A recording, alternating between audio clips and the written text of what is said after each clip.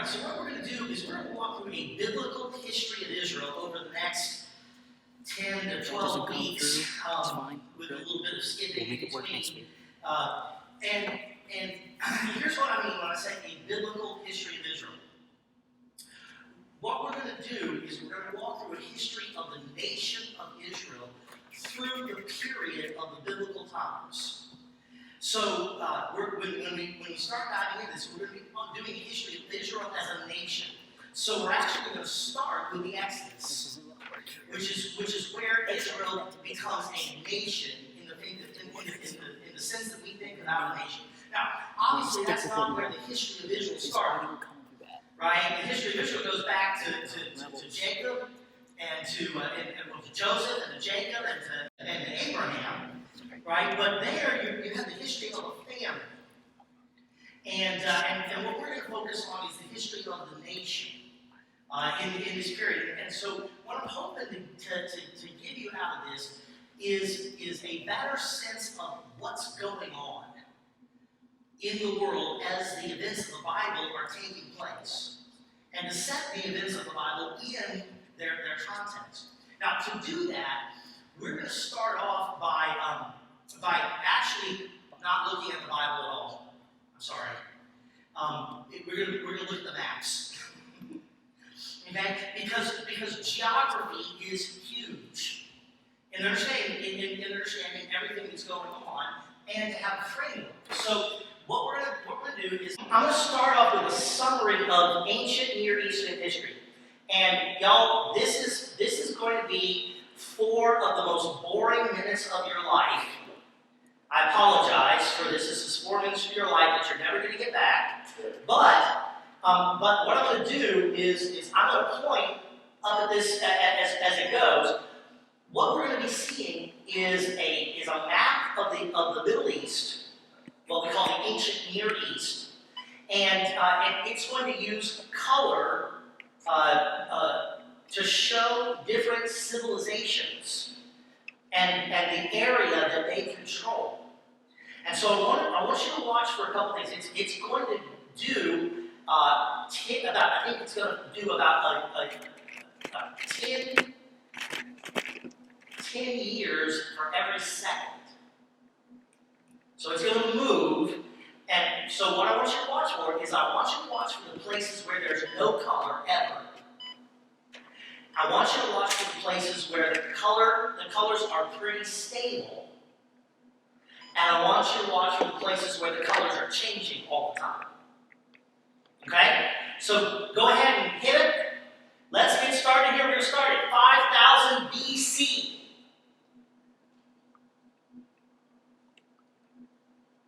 Okay. So here's Egypt. That's the Nile River there. This is the Tigris and the Euphrates. You can see it's moving pretty good.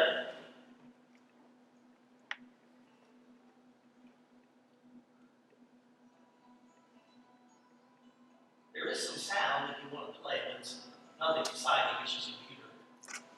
So now Mari is pretty big.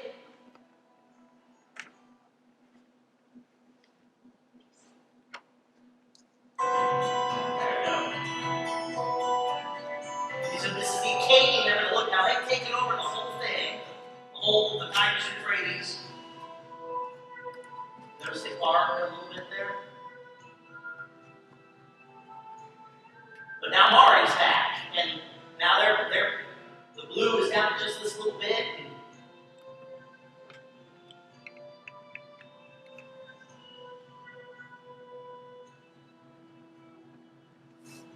So you see, Egypt doesn't hardly change at all, does it? But here there's a whole lot of change going on. And it's about to get really crazy. So there's the Sumerians again.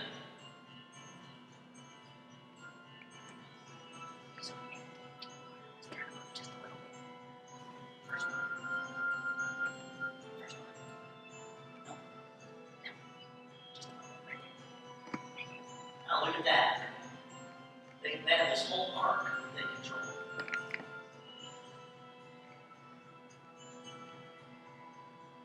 then they lose it. A little bit of stability.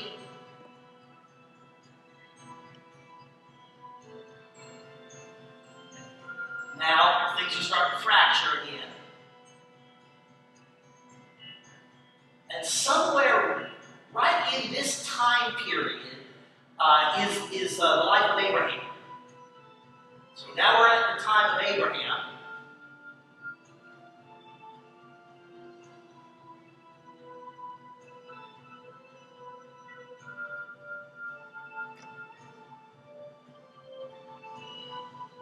So now Abraham and Isaac are here in this area. Again, notice Egypt is very stable.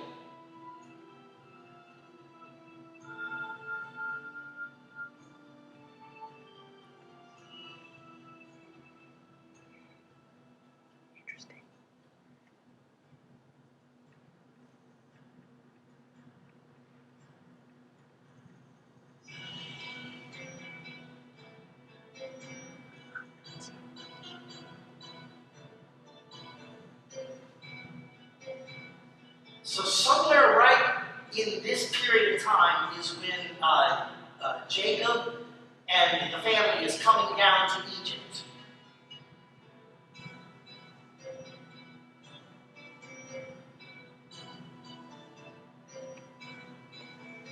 And notice Egypt is controlling a little bit more territory. They actually have influence over now all of Canaan.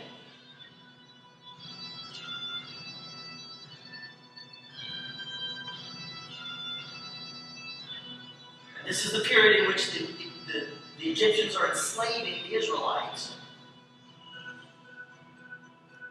You notice again, they've got a lot of influence here. Okay, and where this video stops is we're right about at the time of the Exodus. So, first of all, I want you to notice a couple of things. First of all, no color here ever, right?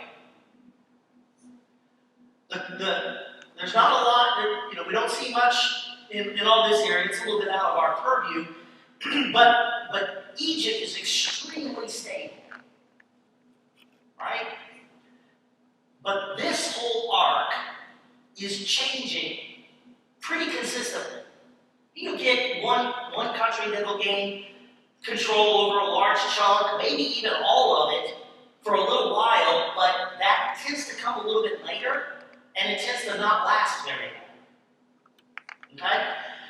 So hit the next slide. That's enough of our lame videos. This line here is the line of the Tigris and the Euphrates River. So this is what the Romans would call Mesopotamia, the land in the middle of the rivers. The next line is the Nile River. And part of the reason that Egypt is so stable is that the Nile is very regular. It floods every year very gently. The waters rise, deposit rich silt on the lowlands, and recede back. And so you've got this moist, wet soil that's high in nutrients. The Egyptians are able to plant grain and other kinds of produce there. And the Egyptians are protected. There are mountains to the south, the Red Sea to the east, and then the Sinai Desert in the northeast, the Mediterranean on the north, and the Sahara Desert to the west. So the only way to get to Egypt is either over the mountains from the south, and that's not an easy thing to do, or to come across this land bridge here. So Egypt is basically able to just guard its front door. And they are wealthy, they are prosperous, and they are that way for most of history. But over here, the Mesopotamian river valley is got all kinds of storms. These rivers also flood, but they tend to flood very violently. Right? And so you've got all these little city-states And eventually what they'll do is they'll attack their neighbors and gain control and grow in power and lord it over their people. And then there'll be a rebellion and they'll fall apart. And while they have the desert here, you can come down out of the mountains from Iran and attack. You can, if you're here in the middle, then you can be attacked from this side, from modern Turkey, and from what's now southern Iraq. In other words, there's just not the same geographic stability. But here and here are the two great centers of civilization in the ancient Near East. Hit it again for me. This is going to be your bridge between Egypt and Mesopotamia and the Hittites. If you want to trade, you got to go through here. If you want to fight, you got to go through here.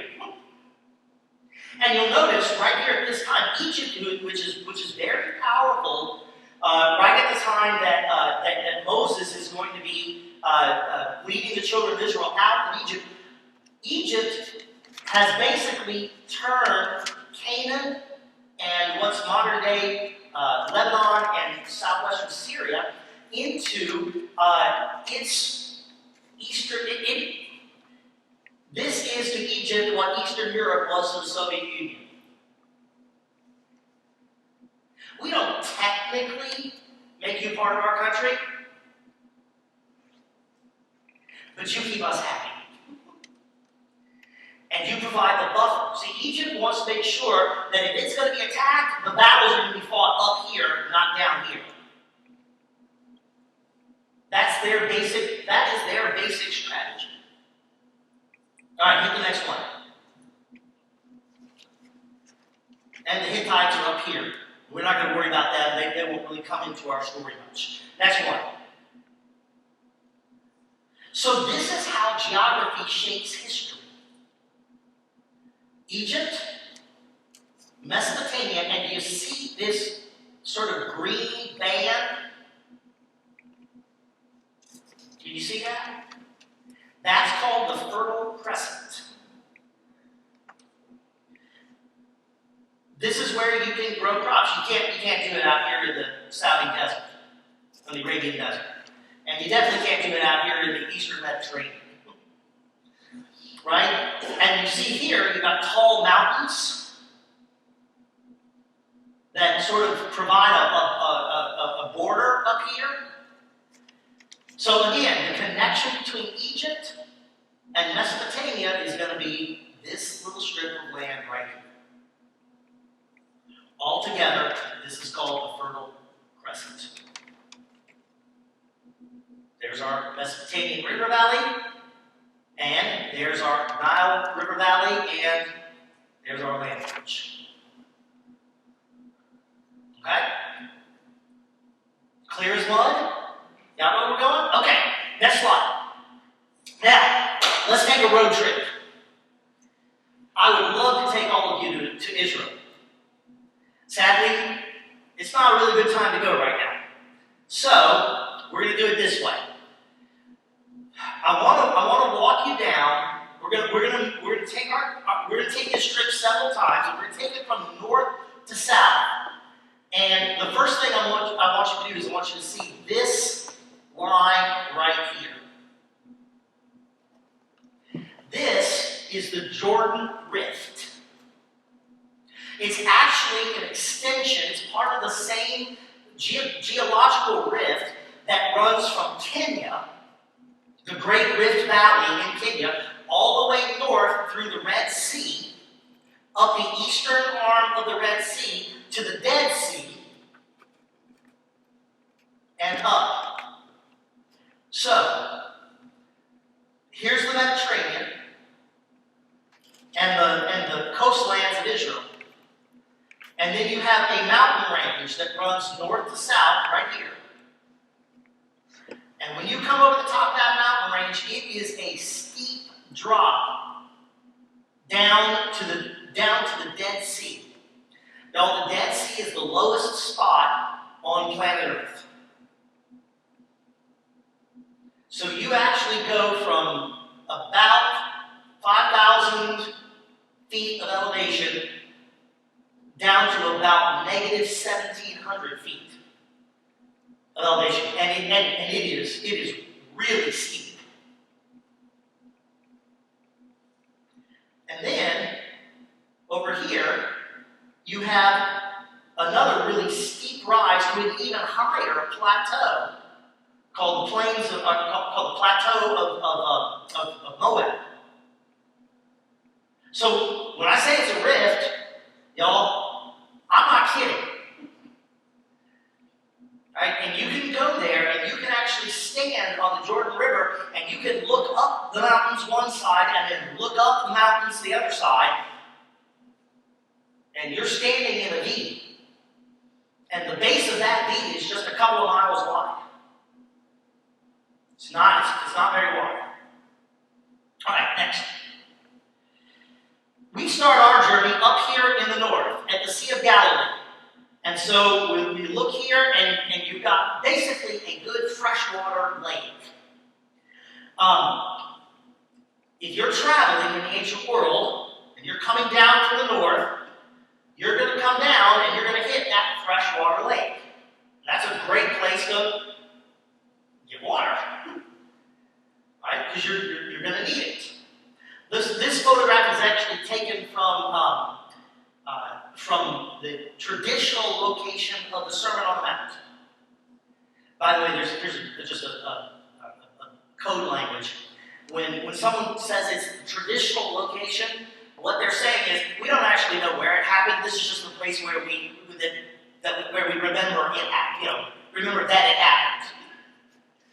Okay, so that's our first stop. Next, right? This is what the Jordan River looks like today.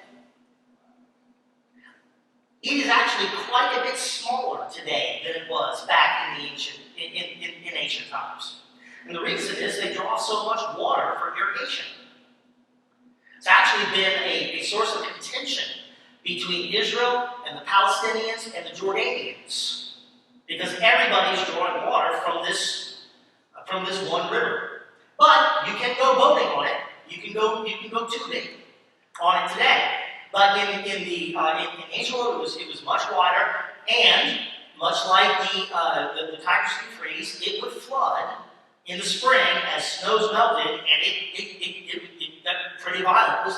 It was uncrossable at certain points in the year. Next. But if you follow that rift down, following the Jordan River, so you've got water, this is all going really great, and eventually you're going to hit the north end of this right here, the Dead Sea. And when they say it's dead, they ain't kidding. Actually, it turns out that there are some algae that can live in it. But who are we kidding? I mean, you see the beach around the edge there? That's not sand. Does anybody know what that is? It's salt. The Dead Sea is about 16 times saltier than the Great Salt Lake in Utah. It's more than 20 times saltier than average ocean water. It is so salty, next slide, that if you were to try and drink it, you would throw it back up. You can't keep it down. If you could keep it down, it would kill you. So it's no good to put inside of you, but if you have dry skin, it's like baby oil. I brought home a bottle of it from Israel, and it's just it's really cool. One other slide, I think here. Now it's really hot. So if you're going north to south, or south to north, this is as far as you can go. And by the time you get here to where Jericho is, you're going to have to either, coming south, you're going to have to hang a right and go up these mountains to Jerusalem and cross back down over here. Or you're going to have to try and find a way to get up to these plateaus and come down this side. So this is not a good north-south route if you're trying to get from Egypt to Mesopotamia or Mesopotamia to Egypt. Next. Yeah. That guy is standing straight up and his feet are not touching the bottom.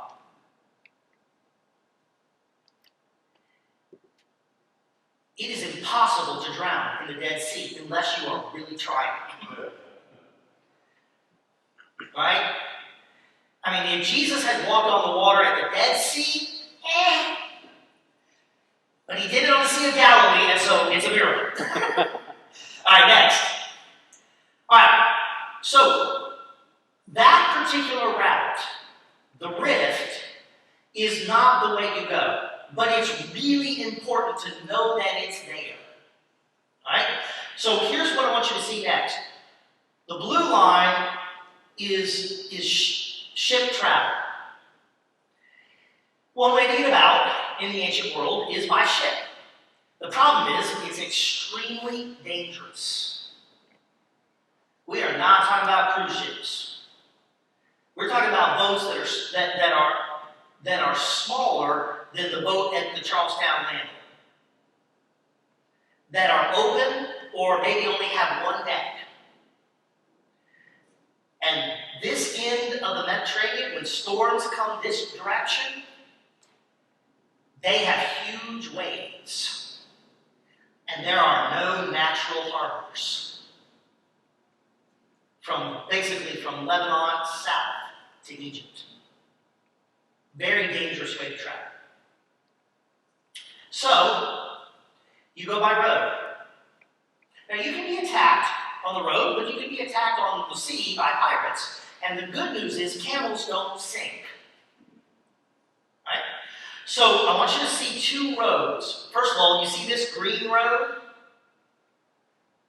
See how it goes all the way from Ur, which is where Abraham is originally from, up through Babylon to Mari, which is one of the major cities, up to Emar. Haran is where Abraham set out for the promised land from. But Aleppo down to Damascus. And then it comes down off of the Golan Heights and crosses the Jordan Rift at the northern end, where the cliffs, where the bluffs are the lowest. The river is the newest and the most shallow. And it comes across, and it'll come across some hills here to Megiddo, and then down the coast, all the way into Egypt. This from Damascus down to Egypt, this green road is called the Way of the Sea. The Romans called it the Via Maris. It's the Way of the Sea. Or you can take the red road from Damascus, and that comes down the heights on the eastern side of the Jordan River. And once you get below the Dead Sea, you can either cross over at Kadesh Barnea and go into Egypt across the north, or you can come south to Ezion Geber and take a boat around the peninsula.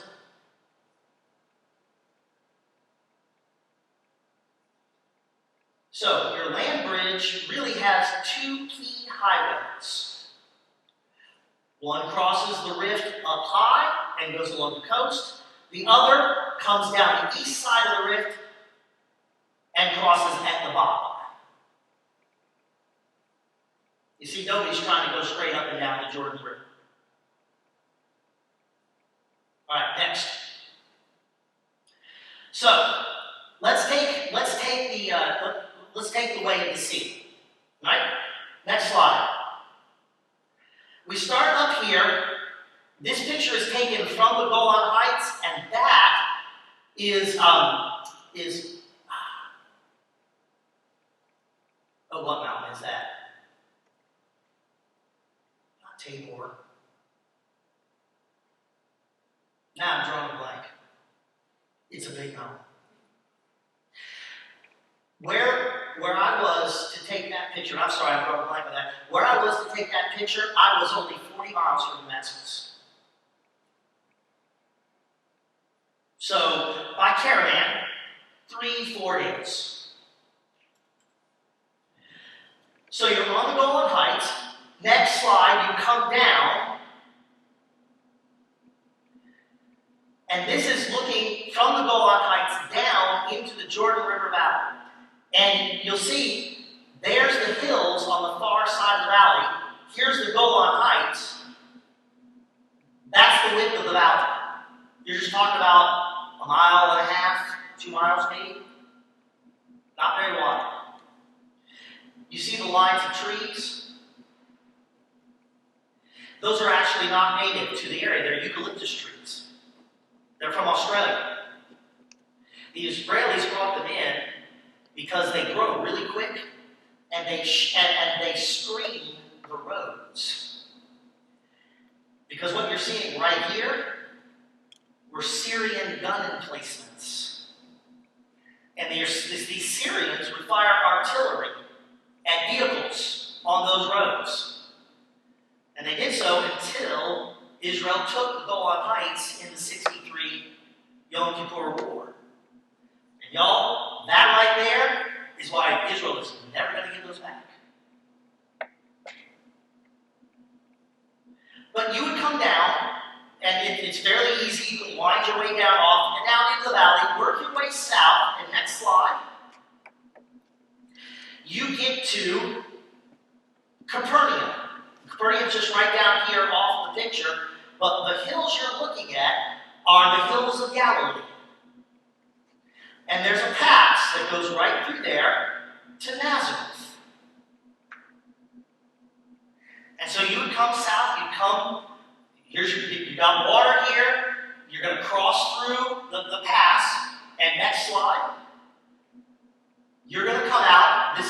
Nazareth is just back over here, and this right here is the Jezreel Valley.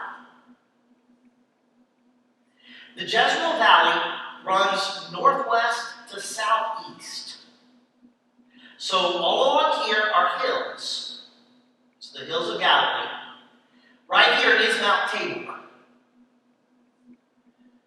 Over here is where Gideon attacked the Midianites. When you stand on this spot and you do a 180-degree pan, you can see about half the Old Testament and about half the New Testament from that one spot. Yeah, it's really cool. But you see how nice and flat and easy that is? Except you don't need to go down into the rift. That's not what you're trying to do. So you cross over this valley and you come to a place called Megiddo. And there's a pass at Megiddo. Now, Megiddo was an important fortress town. Solomon is actually going to base a big chunk of his army there. And this is a way to control north-south traffic because right here is the pass. You see how steep that is on either side? And there's just that little flat area going through. You remember the Bible when it talks about, people talk about, come, let's go attack, let's fall upon them. Imagine guys running down these steep hills. You pick up some speed, and what are you doing? You're falling on them, is what you're doing. So this was an important choke point. But when you come through, you're on the coastal plains. And there are little streams that come down that you can get water from, and it takes you all the way down to cross into Egypt. So y'all, this right here in the red box is prime real estate. Everybody goes through you. If you can control both of these roads, you are in great shape crossroads of civilization. The cultures of Mesopotamia and the Hittites in the north, they want what the Egyptians have. And the Egyptians, they want what the Mesopotamian cultures and the Hittites in Turkey have. And so they'll trade for each other, and it's all going to go right through there. Y'all, it's kind of like living in Charleston. You could be a foreign missionary and never have to leave Charleston. Why? Because we're the third largest port on the East Coast. Because the world is coming to Charleston. Right?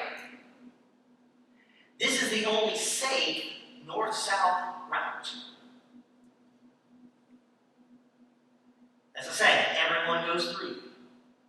So, it's good for trade. But, if there's a fight brewing, guess what? It's going through you. So Israel's history is a nation. The big question, and if you're to think about this like a historian would think about this, the question you want to ask yourself is, how can a small group of former slaves exist and thrive right here?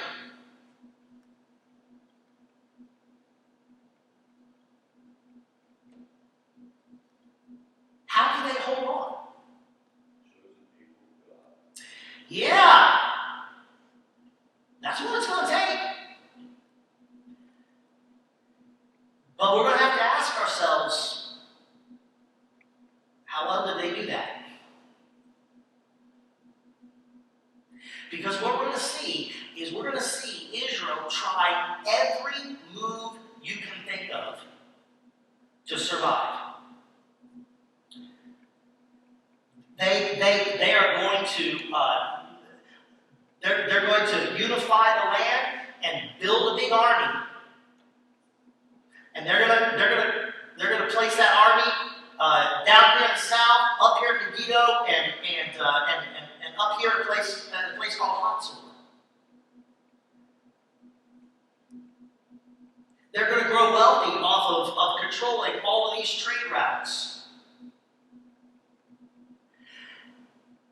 And as I mentioned the other day, like Martin Luther said, you have to have strong legs to bear up under good times. They ought to be able to hold together. So having a strong army and controlling the trade routes, that isn't going to work. They're going to try to do it by making alliances with small powers like Tyre and Sidon, or Damascus, or some of their neighbors, but that's not going to work. They're going to try to do it by making alliances with great powers like Egypt. Egypt's fine with Israel being its own country right here, as long as you're a buffer between us and anybody who wants to hurt us. But when the great empires of Assyria and Babylon rise, and they want to come through into Egypt, and Egypt is not sending help, and Israel's standing on its own, that alliance with Egypt isn't going to work real well. Hey, I know, let's make an alliance with the Assyrians. Let's make an alliance with the Babylonians. Except we're going to have to pay so much tribute that it's going to drain us dry. And eventually, when we can't pay tribute anymore, they're going to come in and attack. They're going to try everything you can think of. But the one thing that they never try, or at least that they never try consistently,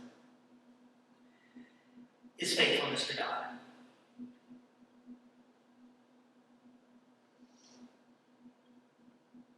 And that's the thing that God wanted. The promise that God made them is that if if you will obey my covenant, if you will be faithful, then I will give you the land. And you will prosper. And the nations will come to you. They'll come from here. They'll come from here. They'll come from here. The Queen of Sheba comes from sub-Saharan Africa.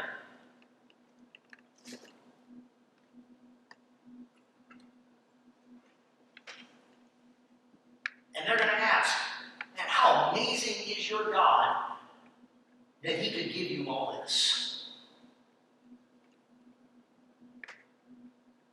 How can we have him as our God too?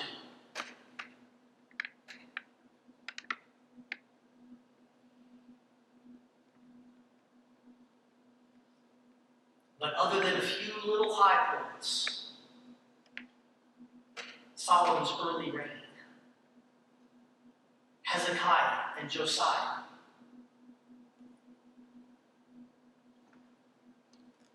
Israel is a hot, flaming mess. Constantly being raided, invaded, suffering drought, plague, famine,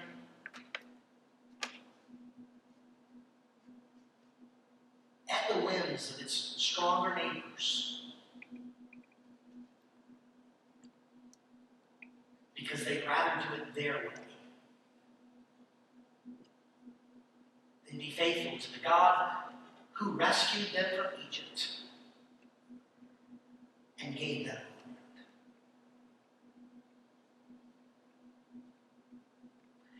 So, what does it say about a country that was built on religious people leaving for persecution, now where we are today? it says that luxury is a greater enemy than we ever thought.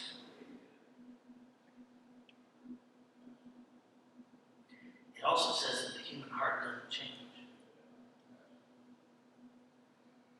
I mean, God changes individual hearts, but humanity is still broken. That's what it is. Well, y'all, that about does our time for tonight.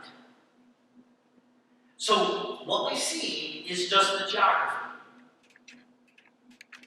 What we're going to start doing next week is actually walking through the biblical history of Israel. And so we're going to walk from the Exodus up through into the conquest of the land. Okay? So we'll talk about the route of the Exodus. We'll talk about Mount Sinai and what happened there. We'll talk about the aborted invasion in Moses' time. And then we'll talk about the successful invasion in the time of Joshua. Right? And we'll start to see some cool things about Israel's history and how some of these pieces are starting to fit together. Does it sound all right? Okay, so next week we'll actually be diving into the Bible a little bit more. So thanks for your patience on it. That's it, guys.